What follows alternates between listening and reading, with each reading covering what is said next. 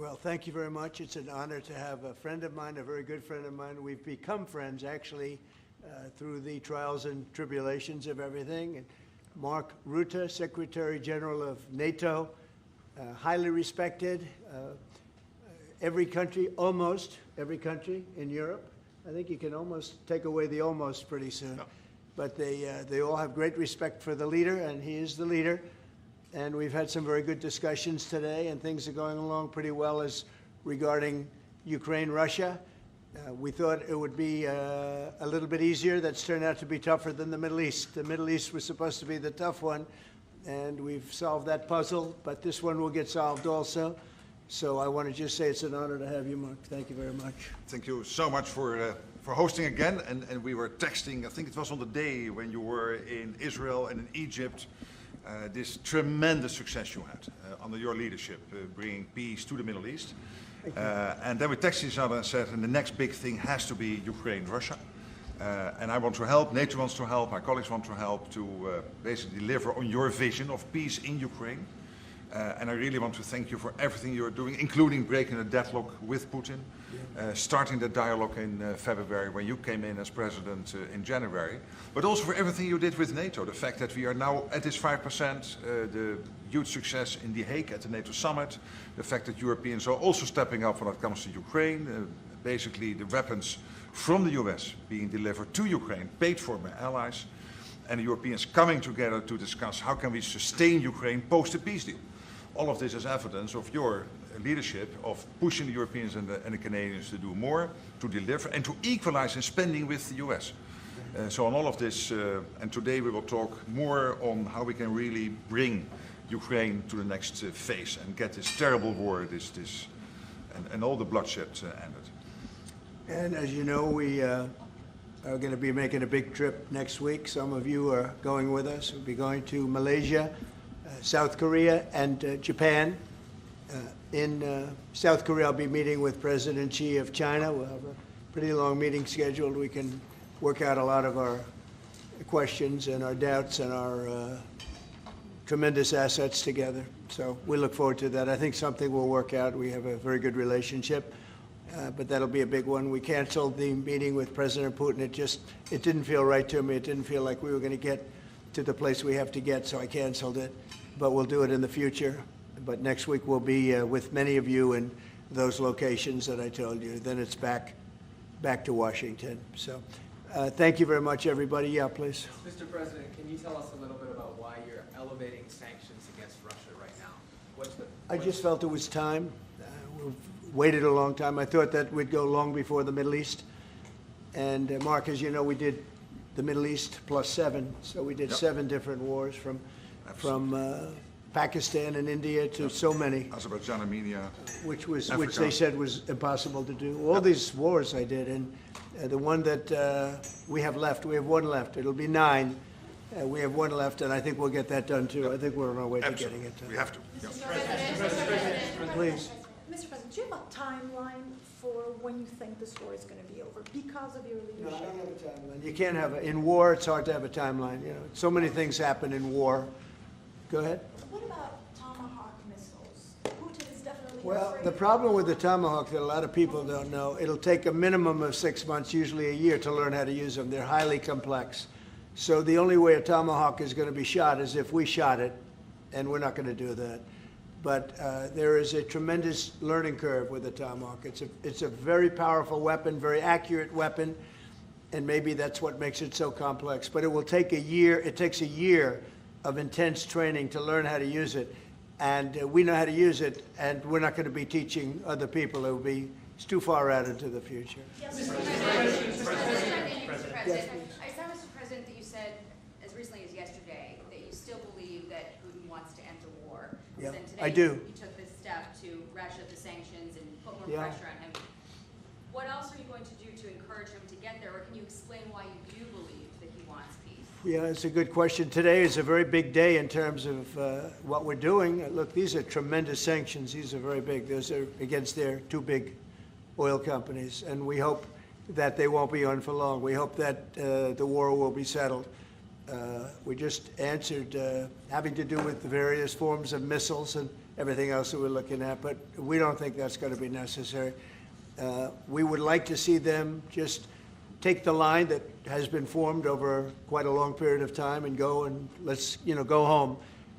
Last week they had almost 8,000 soldiers killed. Many Russians were killed last week. Many Ukrainians were killed last week. We think it's ridiculous and would like to have it end. Why do you think he wants peace, though? Why do you still believe that?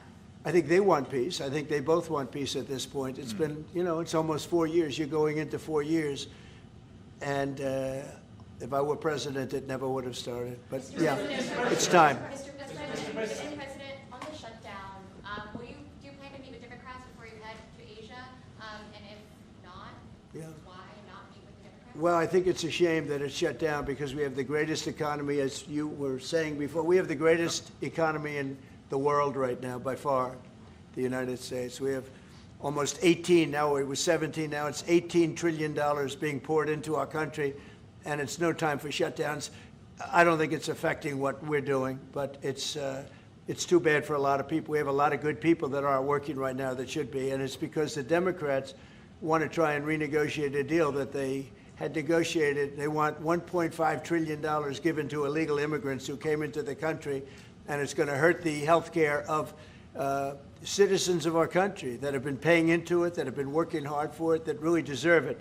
So we're never going to do that. It's not going to happen. And I will tell you, there are a lot of good Democrats that really want to make a deal. And I think all we need is 5 Democrats because we have a great support on the Republican side.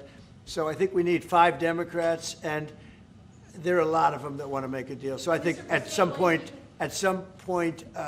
common sense will prevail. Yeah, go ahead. You can finish up. On the drug boat strike in the Eastern Pacific, can Yeah. you explain to us what that was about, how it was conducted? Yeah, sure. Well, they had one today in the Pacific. And the way I look at it every time I look, because it is violent, and it is it's amazing that the weaponry, that everyone, they have these boats that go 45, 50 miles an hour in the water. And when you look at the accuracy and the power, look, we have the greatest military in the world. We have the greatest weapons in the world. And you see a little bit of it there. One shot, everyone dead center. And the only way you can't feel bad about it is you realize that you won't feel badly about it, is you realize that every time you see that happen, you're saving 25,000 American lives. Every one of those boats that gets knocked out is saving 25,000 American lives, not to mention the torn up families all over the country. And whenever I see that, I say to myself, I just saved 25,000 lives. I will say that there are very few boats traveling on the water right now. Actually, that includes fishing boats, that includes any other kind of boat. But there are very few boats traveling on the water. So now they'll come in by land to a lesser extent, and they will be hit on land also. Can you explain Go ahead, in the back, please. Do you have legal authority if they do come? Yes, we do. We have legal authority, right? We're allowed to do that. And if we do by land, we may go back to Congress. But we have, this is a national security problem. They killed 300,000 people last year, these drugs coming in.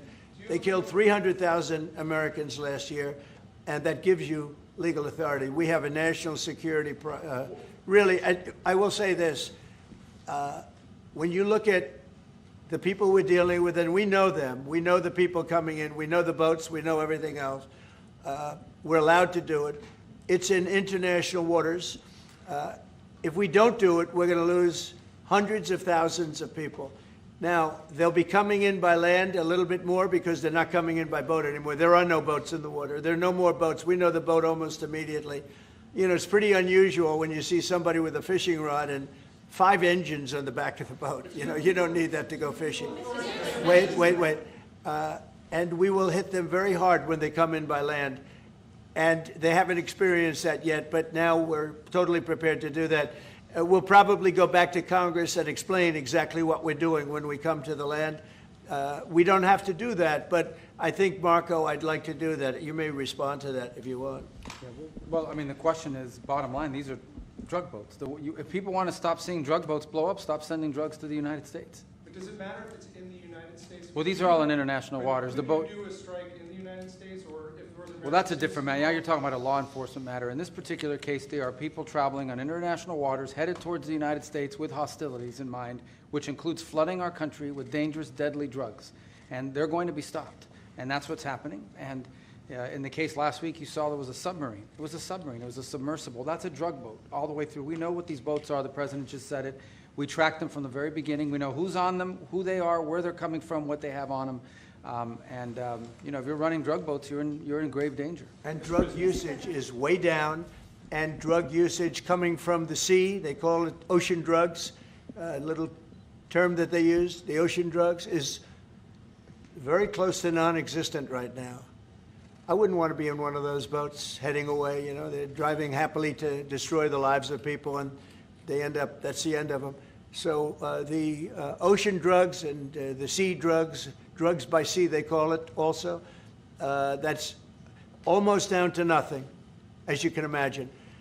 So they continue to come in by land at a little bit less because they see something is going to happen, they don't like it, they see something, and they're right, something very serious is going to happen, the equivalent of what's happening by sea. And we're going to Congress just to tell them what we're doing, just to keep them informed. But we have to do it for national security. We have to do it to save lives. Secretary Bessent said that Vladimir Putin had not been honest and forthright in his talks with you. Just wondering if you could tell us a little bit more about your feelings about that. And also, if I may, to Mediate Rutte, just your thoughts on whether Ukraine should get tomahawks. Thank you. Well, I think that in terms of honesty, the only thing I can say is every time I speak with Vladimir, I have good conversations, and then they don't go anywhere. They just don't go anywhere. So in that sense, but no, look, he's fighting a war. He's in a war. That's two very competent sides, and that's the way war is. You never know with war, but I would say that it's time to make a deal. A lot of people are dying. You know, they're not Americans, but they're people. They're souls, and they're dying by the thousands, worst since World War II, and we really should stop it. And to your other question, Yes, yeah, please. Sorry, to your other question, this has been consistent from this president when we first met again after your re-election in Mar-a-Lago in November. You said we have to stop the killing. This is close to your heart, and this is your vision. That's why this war needs to end. When it comes to tomahawks or whatever system, it's up to individual nations to decide whatever they want to supply to Ukraine. NATO doesn't take a position, but I can assure you this. When the president called me in July and said we want to again send weapons into Ukraine, paid for by our allies, the Canadians and the Europeans, that was an important moment. And that is now taking place, and the ambassador, myself, we're working hard at this. Already a couple of $1 billion of weaponry into Ukraine from the US, paid for by allies. So I'm not going to comment on about the tomahawks, but when it comes to the US and all the support for Ukraine, it is there and it is close to the president's heart, and I know this. I will say this, and you know, Mark can say it better than anybody. The European nations and Canada have really pulled together, and it's beyond even that. I mean, it's really beyond that. I was with the Australians and New Zealanders, Japan, they all if you want to really add them up, we could really add them up. But NATO, basically, European and Canada and a lot of other nations, they've really band together. They are not happy about what's happening with Russia and Ukraine. They're not happy at all. Neither am I. Mr. President. Jeff? Sir, just changing this topic slightly, I see you've got the Yeah. model of the White House and the ballroom. Many people were surprised the entire East Wing is being demolished because you had said initially that the ballroom would just touch or would not. Well, touch certain it. areas What are being happened? certain areas are being left. We determined that after really a tremendous amount of study with some of the best architects in the world, we determined that really knocking it down, trying to use a little section. You know, the East Wing was not much. There was not much left from the original. It was over the course of 100 years, it was changed, the columns were removed, and it was a much different building. Then a story was added on in 1948, 1949. There was a story added on, which was not particularly nice. And the building was very, very much changed from what it was originally. It was never thought of as being much. It was a very small building. And rather than allowing that to hurt a very expensive, beautiful building that, frankly, they've been after for years. You have that. I brought these along so people could see, but it's, you know, there's a relative, nobody's actually seen anything quite like it. I think it'll be one of the great ballrooms anywhere in the world. It's about $300 million. It's set to do many, many things, including meetings of foreign leaders, including the honoring of foreign leaders. You can see this. This is a plan. If it's got tables so that you honor a foreign leader, we have a proper space. Right now, we have a space that with tables holds about 79 people. And this is a proper kind of a thing. Now, what the White House was doing, as you know, is they were putting tents out on the lawn. This is an interior shot of the ballroom. I think there'll be nothing like it. And it's being paid for 100% by me and some friends of mine, donors to it. The government's paying absolutely nothing. We're also working with the military on it because they want to make sure everything's perfect, and the military is very much involved in this. They want to make sure everything is absolutely beautiful. You can see the kind of interiors that we're talking about. That's an interior of the ballroom, and it's the highest level. And you see it goes beautifully with the White House. I mean, the mix is beautiful. So over the years, many presidents have made changes. This obviously would be the biggest change, but this was something they've wanted for at least 150 years. Many of you have gone to the events where they had, as an example, President Xi, or they had, you know, a leader of one of the countries, including the king and the queen from your favorite country. Absolutely. Frankly. But where they'd be honored, and they'd be in a tent out on the lawn, and it would rain, and it was a disaster. Brian's shaking his head. You know what I'm talking about.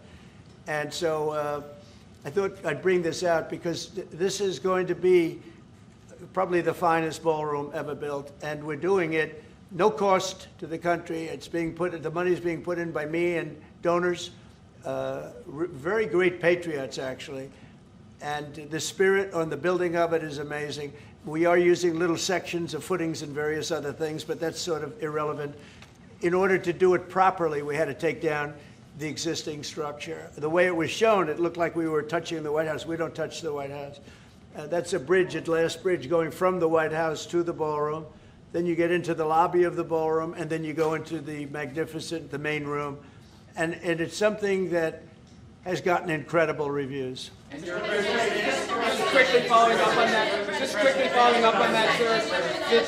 I just want a quick follow-up on that question. Your response to people who say that you haven't been transparent enough about this. I haven't been transparent?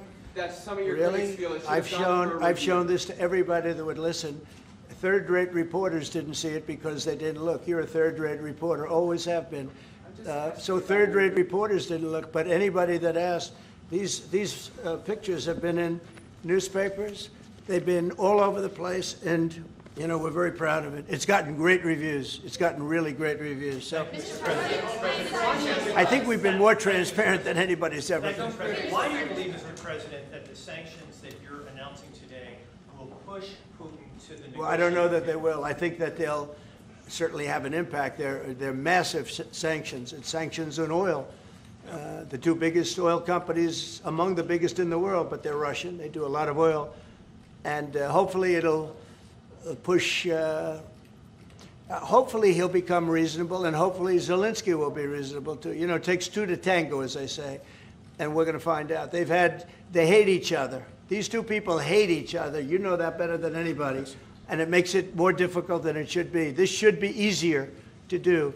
But the level of hatred between Zelensky and Putin is very substantial. Could I add one thing? What the president is doing today with these sanctions is putting more pressure, of course, on both parties, in this case on Russia. It's all about changing the calculus, making sure that Putin understands that the president's vision this weekend of having a ceasefire, stop where they are, as you literally said, that this has to be step one now. And for him to really accept that vision and to come to the table. And then you have to put pressure, and this is exactly what he did today. Along with Europe. I mean, Europe, look, they've actually become friends of mine. I think Yes. all of them. Yeah. We have a very close relationship, and they want to see it end too. They really want to see it end. But I can say they're totally committed. If this went on for 10 more years, Europe is behind them. They just can't let that happen. You can't let what's been going on. Now, it should have never happened. It would have never happened if I were president. But it did happen. I inherited. This was Biden, a man who was, without question, you take a look at the new walkway, the presidential Walk of Fame, we call it. Biden is the worst president we've ever had, if he was even a president. The people that surrounded that desk made those decisions. But this should have never happened. It wouldn't have happened. But it did happen. I inherited it. We're going to get it ended, hopefully soon. Yes, please. You had a Truth Social post earlier this afternoon talking about a Wall Street Journal report as a fake story. Yeah, It fake. sort of Wall Street Journal is fake. So this- Less fake on financial than it is on gossip. Can you just confirm that my understanding of what's happening is accurate? As I understand it, that story framed it like we had just lifted the U.S. a restriction on intelligence. No, it said that I weapons, gave and- Ukraine permission to shoot missiles deep into Russia. I didn't do that. Second of all, they're not using our missiles. They're using, I think, European missiles or from someplace, but they're not using ours. And what they do, I don't control that. But I do control our missiles. They're not shooting our missiles in. It was a fake story. Wall Street Journal does a lot of fake stories. Thank you so much. The president of Colombia in a recent interview said that if you won't change, he thinks that people should get rid of you. We're talking about now Columbia, the country, not the university. Yes. Go ahead. He said what? He said that if you won't change, then perhaps you need to be gotten rid of. Do you view that as a threat? Well, he's a thug and bad guy. He's a guy that is making a lot of drugs. We've just, as of today, stopped all payments going to Colombia, the country Colombia. Also, the school Colombia. No, we settled. We made a settlement with him. But no, he's a thug, and he's a bad guy, and he's hurt his country very badly. They're doing very poorly, Colombia. They make cocaine. They have cocaine factories. They grow all sorts of crap that's drugs, bad drugs coming into the United States, goes generally through Mexico. And he better watch it or we'll take very serious action against him and his country. His country is, what he has led his country into is a death trap. Please. Has the Secretary General presented his Ukraine peace plan to you? Are you prepared to be chairman of the Board of Peace? Oh, there is no Secretary General peace plan. But I'm here for, I really want to correct it because I saw some of that in the media. Of course, many people are thinking how to bring this terrible war to an end and supporting the President in doing that. Why I'm here is to dialogue again with the President how I can be, how NATO, my colleagues and other colleagues in NATO can be of maximum support to get that done. But there is no peace plan on the table. If there is a peace plan, it is what the President said last Friday and Sunday, which is stop where you are. Stop the fighting. This is about NATO. We're a very proud member of NATO. We have a great relationship with the countries of NATO. I think made much better by our visit a few months ago when they agreed to 5% instead of 2% of GDP. That was a big concession. I think that was a concession that 2 years ago nobody would have said, even a year ago. Even 9 months ago, before you were elected. Yeah, they would have said that's not possible. And the difference is they're paying 5% as opposed to not paying 2%. A lot of them weren't paying, with the exception of Spain. I think you're going to have to talk to Spain because they're not. Spain is not a team player. So other than Spain, everybody's 100%. And you could solve the Spain problem very easily, I think, if you want. Brian, go ahead. The soybean Yeah, go ahead, and then we'll take Brian. Go ahead. The soybean farmers, are they going to be getting support from you soon and your Yeah, well, they do. message to Xi ahead of your So what's happened, you could say with that, you could say with beef, with all of it. The beef, the ranchers, let's say, who have done a great job, have lost their shirts for many, many years. They've really been decimated. And I helped them a lot. I put tariffs on things coming in to the country, including beef. And that gave them a chance to finally have a decent industry. We are going to be talking to them. They're great people, but they've been hurt for 25, 30 years. They've been losing because other countries have taken advantage of them. And by putting tariffs on, they've been able to make a few dollars. They've been able to have an industry. But I also want to keep the beef prices low. So I'll be talking with the ranchers, and I'll be speaking with a lot of different people, including Scott and Howard, and we'll do something. Because prices are way down in our country. Energy is way down. I think you're going to see $2 gasoline very soon. I see that it's $2.50 in a lot of places, $2.50. We were heading to $5, $6, and $7. If Biden didn't go back to my policy toward the end, you would have seen, but he didn't go back to the full policy. and he missed the most important thing. So we were up to, we were way up. I think you're going to see $2 gasoline. We couldn't even break that number. That's a big difference. The only cost that's really up is beef, and the fake news only wants to talk about beef.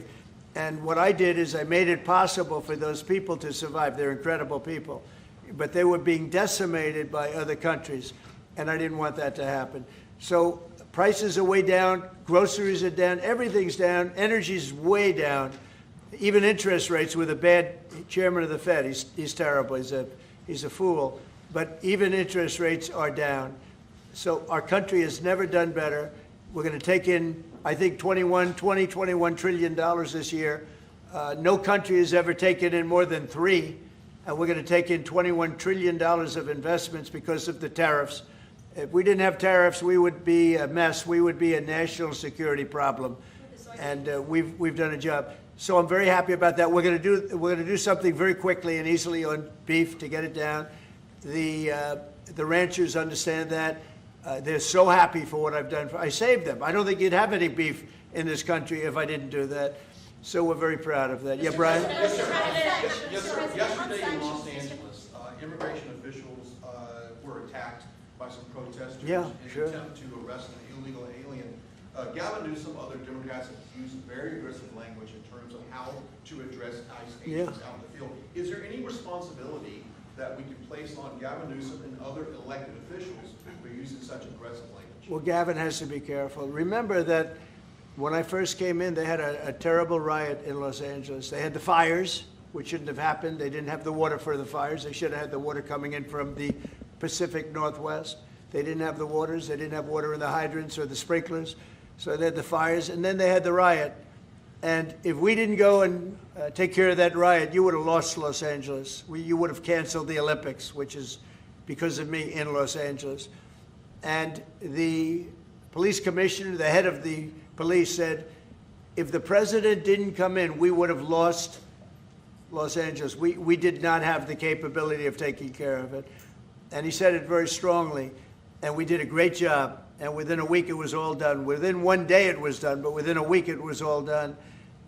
And then they go back to their normal practice of weakness, of not taking care of criminals, meaning taking care of putting them in jails where they should be.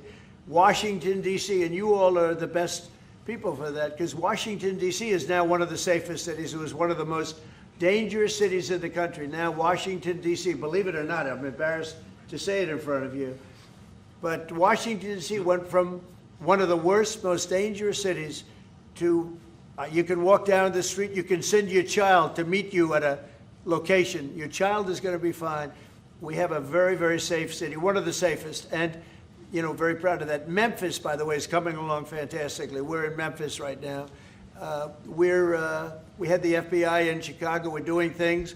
We haven't served Chicago yet. When we do, Chicago will be very quickly a very, very safe city. But if you look at what's happening in Memphis, it's great. But you got to look at Washington. People are coming up to me, people that work in the White House, they're saying, thank you, sir. And I immediately know what they're thanking me about. It's thanking, they can walk to work. They would never walk to work a year ago. They can walk into work and they feel safe and secure, and it's beautiful. And I'll tell you what, it's really an honor to add that great ballroom to the structures in Washington. It's going to be one of the great ballrooms of the world. And I think it's going to be something you're all going to be very proud of. Mr. President, as it relates to your meeting that's coming up with President Xi, what do you hope comes out of that meeting? What deliverables come I think we'll make a deal. I think we're going to make a deal on the rare earth is the least of it. Look, the tariffs are much more powerful than the rare earth. The rare earth is a disturbance, but there's a lot of rare earth around. I'll tell you, I've had more calls on rare earth. We've got it, everybody's. We'll make a deal on, I think, everything. I think we're going to make a deal on soybeans and the farmers. I think we're going to make a deal on maybe even nuclear. President Putin in his call mentioned to me about nuclear, where we do a de-escalation, and I'm fine with that. I think it's good. I think it's a very appropriate thing. We have the most nuclear weapons. Russia's second. China is actually third by a long way, but they'll be even within 4 or 5 years. Too many. and we are talking about de-escalation that's already being talked about. Can you convince And I think we'll probably add China into the mix. Mr. President, can you convince President Xi to stop purchasing all of that Russian oil that's funding this war against Ukraine? Well, I think I'll be talking to him about it. I think it's a little bit of a different talk. India, as you know, has told me they are stop. You know, it's a process. You can't just stop it. But by the end of the year, they'll be down to almost nothing. That's a big thing. There was almost 40% of the oil. India, they've been great. Spoke to Prime Minister Modi yesterday. They've been absolutely great. China's a little bit different. You know, they're a little bit different relationship they have with Russia. It was never good, but because of Biden and Obama, they got forced together. They should never have been forced together, but they're a little bit forced. But they're by nature, they can't be friendly. They can't be friendly. By nature, I hope they are friendly, frankly, but they can't be. You should not have forced Russia and China together. And Biden did that, and Obama did that. They forced them together because of energy, because of oil. And so they are closer than they would normally be. I think I'll probably be talking about it. What I'll really be talking to him about is how do we end the war with Russia and Ukraine, whether it's through oil or energy or anything else. And I think he's going to be very receptive. He would now like to. I'm not sure that he did at the beginning. He would now like to see that war end. Do you think Xi plays an important role, Mr. President? Do you think Xi plays an important role in terms of inserting himself and convincing Putin, who he speaks to regularly, to stop the war? Yeah, I do. I think he can have a big influence on Putin. I think he can have a big influence on a lot of people. Look, he's a respected man. He's a very strong leader of a very big country. Yeah, I think he can have a big influence. And we will certainly be talking about Russia, Ukraine. In the back. Thank you, Mr. President. Liam Cosgrove with Zero Hedge. My question is actually for the Secretary General. Yes. Mr. Secretary, I don't know if you've seen this, but polling out of Ukraine shows a massive collapse in Ukrainian support for the war. A Gallup poll had just 23%. That's less than a quarter. Zelensky came out today praising President Trump's proposal for freezing the front lines of battle as part of a ceasefire. He said that's a good compromise. So people view your coming here as, you're lobbying the U.S. government to continue its involvement in the war. You're obviously lobbying for more NATO weapons to be sent to Ukraine, but Ukrainians themselves don't want to fight the war. So how do you justify that morally? Well, I'm lobbying only for one thing, and that is to make sure that we end this war. And I don't have to lobby the president because we totally agree on this. And this is what he has been doing from day one. Everything he could do to break the deadlock with Putin, get a dialogue going, dialoguing also with Zelensky, and getting this war done. It's crucial. And the fact that the US is now supplying weapons into Ukraine, paid for by allies, is extremely important. And that's now happening since 2-3 months. About 2 billion moving into Ukraine. The war hasn't wind down. Why do you think that'll wind it down now? What do you mean? You think more weapons will wind down the war? No, I mean, there's more to be done. So what you need, what the president said this weekend, stop where you are, so basically do a ceasefire and then have all your discussions about territory and whatever. But first, stop the war. This is what you said on Friday and on Sunday. It's a war. I mean, your question's really a fair one. It's a war that should have never started. And you know how I feel about it. But it's a war ended. that should have never started. And we're not selling any weapons to Ukraine. We're selling them to NATO, which is different from before. With Biden, he just gave $350 billion worth of weapons and cash right into Ukraine, and that was so foolish. But we sell them to NATO, and in theory, you can do what you want with them. It doesn't have to be Ukraine, but probably it is mostly. No, what nations are doing now is buying from this program and making sure that the supplies into Ukraine, so Europeans and Canadians. And for example, these are interceptors for the Patriot systems, crucial to protect the cities. Today, again, a Russian attack has killed children, at least seriously wounded children in a kindergarten in Ukraine. So we need to make sure that the air defense systems are in place, and we need the US systems to do that, and the Europeans are paying for that. And this is exactly the type of actions we needed, and the president is doing that and trying everything to get this war to an end, starting with the ceasefire. Do you still believe that Putin wants to take all of Ukraine? I always felt that way. I always felt he wanted to. When I was in my first term, I was I was very close to him, relatively speaking. It was harder because of the Russia hoax. But I would talk to President Putin about Ukraine, and it was the apple of his eye. I'd say it was the apple of his eye, but it would have never happened. He knew the consequences were too great. When we had a rigged election and all of a sudden I wasn't there, he said, wow. I think he looked at Afghanistan, how horribly that was handled, so stupidly. And I think that really gave him a little additional, incentive. I always felt he wanted the whole thing, not a piece of it. But I think now he's willing to negotiate a little bit further, and I think he's willing to make a deal. We'll see. Mr. We'll see. President, We don't want him. We don't want him to have the whole thing. Mr. President. Go ahead, please. Thank you, Mr. President. You have this big tariffs case before the Supreme Court. It's November the 5th. Yeah. You suggested that you might actually show up to the Supreme Court. Yeah, I'd like for to. oral I think arguments. it's one of the most important decisions we'll ever have for the Supreme Court. With tariffs, we're a strong, sound country. We're a nationally secure and internationally secure country. We're a very rich country. Without tariffs, it's a slog for this country, a big slog. I think it's one of the most important decisions in the history of the Supreme Court. And I might go there. I really believe I have an obligation to go there. We are doing so well as a country right now because of tariffs. And you have to understand, tariffs have been used against us for many years, decades. And just slowly but surely hurting our country so badly. That's why we owe $37 trillion.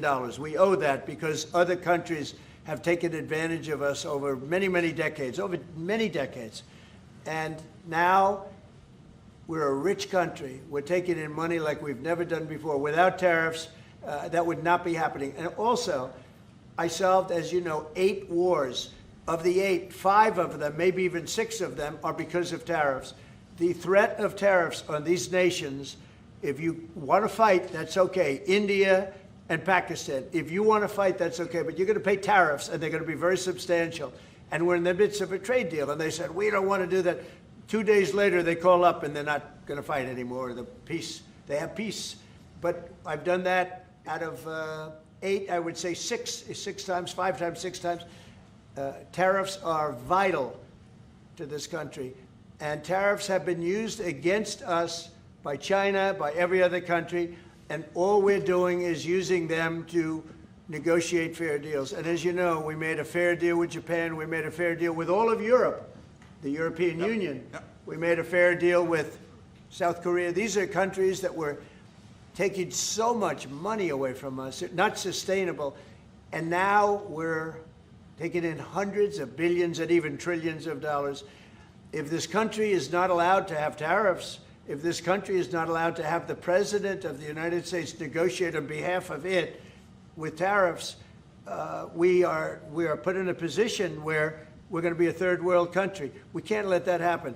I think it's the most important case that we're going to have for many, many years to come. One of the most important cases we've ever had.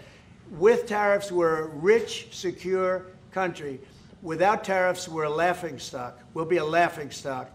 And I don't want to have anything to do with that. Thank you very much. Thank you. Thank you. Thank you very much. Thank you, Press. Thank you, Press. Thank you, Press. Thank you, Press.